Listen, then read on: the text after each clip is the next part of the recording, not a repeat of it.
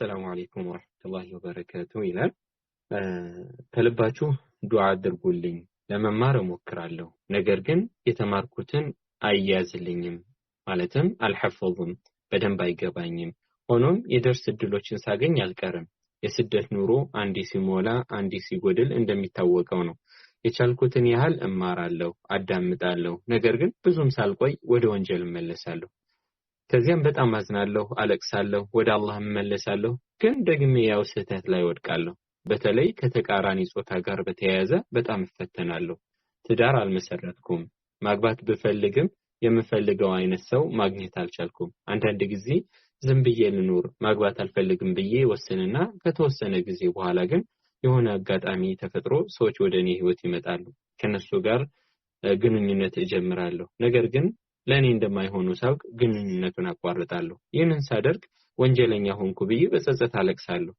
በዚህ ጉዳይ በእውነት ተፈትኛለሁ ሁሌም አላህ ሆይ በሐላል ከዚህ ነገር ከዚህ ሁሉ ፈተና ሰውረኝ ብዬ እያለቀስኩ ለምነዋለሁ ከዚህ ፈተና እንዴት መውጣት እችላለሁ ለአገላለጼ ይቅርታ እየጠየቁኝ እባካችሁ ለዚህ ችግር መፍትሄ ብትሰጡኝ ይላል ሱብሃንአላህ ሐቂቃ ልብ የሚነካ ጥያቄ ነው ልብም የነካው የብዙዎቻችን የህይወት ሁኔታ የሚገልጽ ጥያቄ ነው ይህ ጥያቄ የሷ ብቻ ሳይሆን የብዙዎቻችን ጥያቄ ነው ብዬ አስባለሁ በመጀመሪያ እህታችን ይህን ጥያቄ ስታቀርቢ ስሜትሽን አውጥተሽ ለመናገር ለመፍትሄ መነሳሳትሽ በራሱ ትልቅ ነገር ነው ምክንያቱም ይህ የሚያመላክተው በልብሽ ውስጥ ያለውን የኢማን ብርሃን ያመላክታል ወንጀል ሰርቶ አለመጸጸት እንደቀላል መቁጠር ነው እንጂ አደረገው ወንጀል ሰርቶ መጸጸት ማልቀስ ወደ አላህ Subhanahu Wa Ta'ala መመለስ ይሄ ራሱ ጥሩ የሆነ የኢማን ምልክት ነው ረሱል አለይሂ ሰላቱ ወሰለም ቀነደሙ ተውባ እንዳሉት ጸጸት ራሱ ተውበት ነው ስለዚህ አቡ አቲካ ይመስለኛል ጥያቄውን ወደ ሶስት ቦታ እንመልከተው ወደ ሶስት ዋና ዋና ነጥቦች አንደኛ እና ያለ መሐፈዝ ጉዳይ አይደለ ሁለተኛ ወንጀል ሰርታ ተውበት ታደርጋለች ተውበት አድርጋ ወደ ወንጀል ትመለሳለች ሀገራ ተውበታለች ትመለሳለች ሶስተኛው ከተቃራኒ ጾታ ጋር ያለ ጉዳይ ይመስለኛል ባረከላሁ ፊክ እኔ ጥያቄው ራሱ እንዲያርግ ያልተነተኩት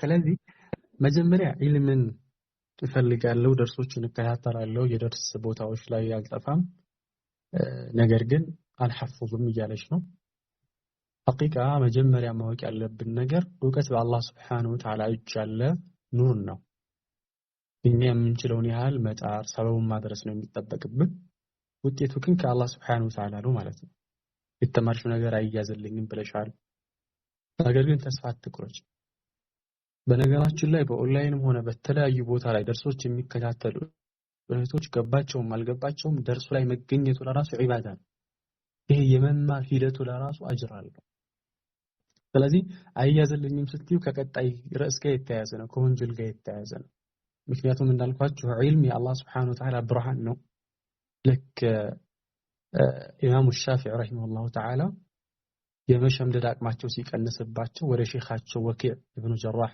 ረዲየላሁ ያኒ ረሂመሁሙላህ ጀሚዓን ወረሱ ሄዱና شكوت إلى وكيع سوء حفظي فأرشدني إلى ترك المعاصي وأخبرني بأن العلم نور ونور الله لا يهدى لعاصي كما حفظين هنيتا በጣም የመሐፈዚ የመሸምደዲ ጉዳይ በጣም ቀነሰብኝና ወደ ወኪዕ ሄድኩኝ ወደ ሼኺ ከዛ ችግሬን ነገርኩት አሉ እንደው አልሐፈዝም አልሸመድድም ዒልም ከበሬ ብዬ ለሱ ስሞት አቀረብኩኝ አሉ فأرشدني إلى ترك المعاصي ወንጀልን ወደ መተው ጠቆመኝ وأخبرني بأن العلم نور ونور الله لا يهدى لعاصي ዒልም የሚባለው ደግሞ ብርሃን መሆኑን ነገረኝ ብርሃን ደግሞ ለወንጀለኞች አይሰጥም የአላህ ብርሃን ብሎ ነገረኛል ስለዚህ ከዚህ የምንረዳው ነገር ምንድነው?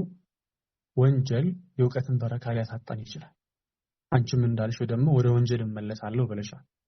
ስለዚህ አንዱ መፍትሄ የመጀመሪያው ጥያቄሽ ወንጀልን ለመተው አጥብቆ መታገል ያስፈልጋል። ዱዓ ማድረግ አለብሽ። طيب اللهم انفعني بما علمتني وعلمني ما ينفعني وزدني علما الرسول عليه الصلاة والسلام እንዳስተማሩ።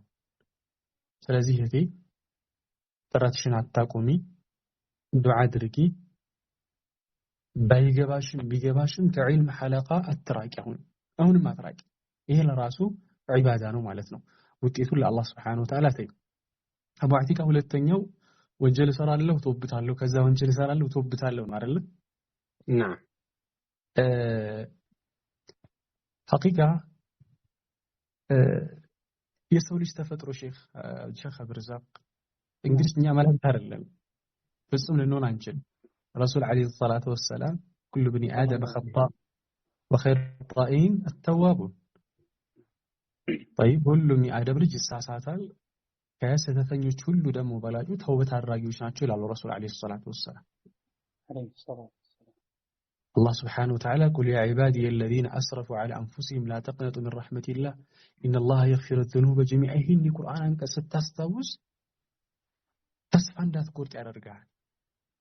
طيب بنقالات لك شيطان كميت تكم بباتشو تلقوا مساريا أنت مجمع تستكاكر ميلا الله يمرهم تلانتنا هنجل سرنا هم زارين دي تملسل منافقنا ያን ሁሉ መሐላ ምለ እንዴት ወንጀል ሁለተኛ ተመለሳል? አየ ሙናፊቅ ስለሆንክ የዚህን ጊዜ አምሮ ይቀበላል። ብዙ ወንድሞች እኮ ወንጀል ላይ የምታያቸው ከብዙ ተውበት በኋላ ተስፋ ቆርጠው እኮ ነው። ከመሬት ተነስቶ አይደለም ወደ ወንጀልነት የገባው። ወንጀል ዓዳው ልምዱ አድርጎ የያዘ ሰው ከመሬት ተነስቶ አይደለም። ብዙ ተውበት ካደረገ በኋላ ሸይጣን እንደዛ ብሎት እኮ ነው። طيب ስለዚህ የብነ አደም إنك لو أتيتني بقراب الأرض خطايا ثم لقيتني لا تشرك بي شيئا لأتيتك بقرابها مغفرة. إهن يمسسل حديثوችን አስተውሺ። الله سبحانه وتعالى ምንም ያክል ወንጀል ብትሰሪ الله سبحانه وتعالى አንቺን ከመማር ወንጀልሽን ይቅር ከማለት አይወገድም ማለት ነው። ስለዚህ እህቴ ይህን ሐዲስና ይህን ቁርአን አንቀጾች አይንሽ ታደርጊ ይገባል። ሶስተኛው ጥያቄዋ የእህታችን ያነሳችው ጥያቄ አቅፎ ከያዘው ጥያቄ ውስጥ ከተቃራኒ ጾታ ጋር ያሉ ፈተናዎች የትዳር ጉዳይ ያስታለች። ሐቂቃ ይህ ፈተና አንቺ ብቻ አይደለም የወጣቱ ትውልድ እንዳጠቃላይ ፈተና ነው ማለት ይቻላል። ሁለተኛ እሷ ያነሳችው ትዳርን ትፈልጋለች፣ በሐላል መሰተር ትፈልጋለች። ነገር ግን ደግሞ ያው የምታወራቸው የምታገኛቸው ሰዎች ለሷ እንደማይሆኑ ነገር አናለች። ዱዓ ማድረግ ያስፈልጋል። አሁንም ሼኽ አብዱረዛቅ እዚህ ፕሮግራም ላይ እስከመጨረሻ ላይ የመጀመሪያ መፍትሄ ዱዓ ነው። بالضبط نعم والله نعم ምክንያቱም በእኛ ትግል የምናደርገው ነገር አይኖርም። እኔ አሁን 20-30 መፍትሄዎችን ባወራችሁ እዛ መፍትሄ ላይ ዱዓ ከሌለበት የአላህ እገዛ ከሌለበት ትርጉም አልባ ነው። ስለዚህ ዱዓ አድርጊ። ልክ አሁን እንደምታደርጊው አላህን በሐላል እንዲያብቃቃሽ አጥብቀሽ ለምኝ። በተለይ በሱጁድ ላይ ሌሊት ተነስተሽ ነብዩላህ ሙሳ አለይሂ ሰላም ሲሉ የነበሩትን ረቢ ኢኒ ሊማ አንዘልተ ኢለየ ሚን ኸይሪን ፈቂር። ሼኽ አብዱረዛቅ የላጤ ዱዓ ነው ይላሉ። ይሄ ነገር እንዴት ነው? ነፍሱን አላውቅም። نعم نعم እንደዛ ይላሉ። አላማዎች እንደዛ ይላሉ። يعني ትዳር የዘገየበት ሰው ረቢ ኢኒ ሊማ አንዘልተ ኢለየ ሚን ኸይሪን ፈቂር። ነብዩላህ ሙሳ አለይሂ ሰላም በዛን ጊዜ ወዳው ነው አይደል አላህ Subhanahu Wa Ta'ala ነገራቶችን ስቴብል ያደረገላቸው። ስለዚህ ይሄንን ዱዓ ማድረግ ሽናብጂ። ሁለተኛው መስፈርት ማስተካከል ይገባል። እንዳጠቃላይ እህቶች የምመክረው ምንለው ነገር ቢኖር እሱ ነው። አንዳንድ ጊዜ የምንፈልገው ሰው መስፈርታችን በጣም ከእውነታው የራቀ ሊሆን ይችላል። طيب አንዳንድ እህቶች ለምን አታገቢው ስትባል የምትደረድረው መስፈርት በዚህ ትውልድ አይደለም በሰሃባዊ ዘመን ለማግኘት የሚከብድ አይነት መስፈርት። طيب ሐቂቃ ዋናው ነገር ዲንና ስነ ምግባር ነው ብዬ አምናለሁ። ረሱል አለይሂ ሰላቱ ወሰላም ይሄንን የጠቀሙ إذا خطب إليكم من ترضون دينه وخلقه فزوجوه طيب ديننا سنة مقبارون متود السوكة من تدارت إلا تفعل تكن فتنة في الأرض وفساد عريض طيب ስለዚህ መስፈርትሽን አስተካክሊ ማለት እንዳለችው ታችን ባል ይመጣላት አልኩ ባል አይደለም አሁን ያጣችው ጥያቄ አይደለም የጠፋው ጥያቄ ይመጣል ግን ለኔ አይሆንም እያለች ነው አንድ መስፈርቷ ያው እንግዲህ ባንጠይቃትም እጅግ የከበደ መስፈርት አስቀምጣ ሊሆን ይችላል طيب ስለዚህ መስፈርትን ማስተካከል ይገባል እንደውም የብዙዎች ትዳር መዘግየት በየማስበው ሼክ አብዱረዛቅ የመስፈርታቸው ጉዳይ ነው